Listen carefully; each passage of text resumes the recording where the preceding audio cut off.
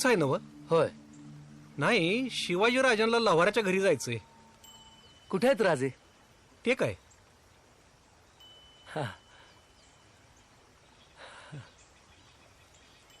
चला दाखवतो. चला.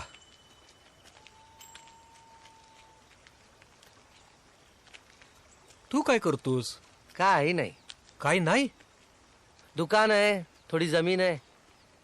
दुकान भाऊ बघतो, शेत तो राखतो. आणि तू जनावरांना झाडपाला करत फिरतोस. हो, तेही कोणीतरी केलंच पाहिजे. या गावात तुकाराम नावाचं लय मोठं संत आहेत असं ऐकलंय. तो कसला संत? का? तो संत नाही? कलियुगी फार संत झाले घरोघर, तशातली याची गत. काय म्हणतोयस? हा, बायको याच्या नावाने शंक करते, मुलं ओरडतात, शास्त्री पंडित बोट मोडतात. असं? हो, याला कधी कुणी नीट पूजा करताना पाहिलंय? कधी यानं होम हवन केलंय? कधी ग्रह शांती? काय नाही. नुसतं लोकांना चांगलं वागण्याचा उपदेश करायचा, हे काय पुरेस आहे? अहो, पण तेच आवश्यक आहे. जगात कुणी पांडित्याने ईश्वराला केलं, तर कुणी लेकरू होऊन लडिवाळपणे त्याच्या गळ्यात गळा घातला. पण याचं ज्ञान थोडकं आणि अहंकार सरतच नाही.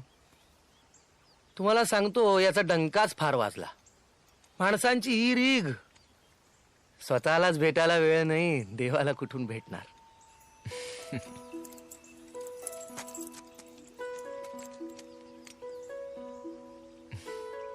लक्ष्मण म्हणाला होताच, बुवा इतके साधे आहेत तुम्ही ओळखणारही नाही.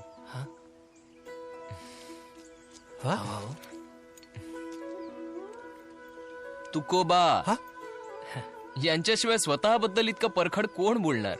चूक झाली बुवा. असू दे, असू दे. लक्ष्मण कसा आहे? ईश्वराला प्रिय झाला. पांडुरंग. आमचा जीव वाचवण्यासाठी त्यानं स्वतःचा जीव धोक्यात घातला.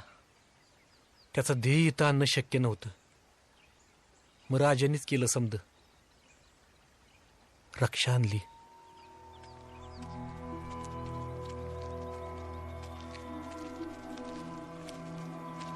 हन्म्या,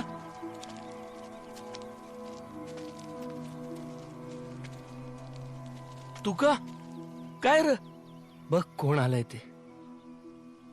ज्यांच्यावरून लक्ष्मणाने आपला जीव ओवाळून टाकला ते शिवाजी राजे. असू दे. राजा, तुम्ही आला भरून पावलं. किती किती म्हणून कौतिक सांगत असतो महालक्ष्मण तुमचं. पण आज राजे तुला लक्ष्मणाचं कौतुक सांगायला आले.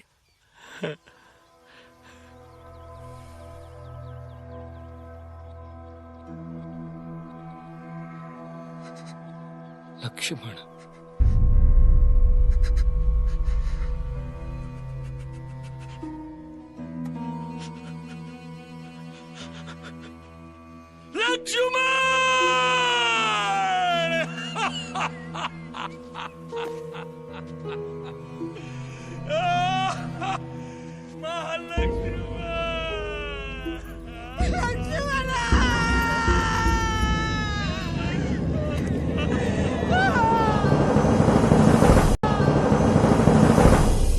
तुमच्या उपदेशामुळे आमच्या कामाला बळ मिळालं. आमच्या पिताजींनीही राज्य स्थापनेचा यत्न केला होता, पण तो अपुरा ठरला. कारण त्यावेळेस रयतेची मानसिकताच गुलामगिरीची होती. पण तुम्ही संतांनी लोकांना आत्मभान दिलं. त्यामुळे लक्ष्मणसारखे कितीतरी तरुण परक्या सत्तेशी झुंज द्यायला तयार झाले. आपण असं म्हणताय हा आपला मोठेपणा.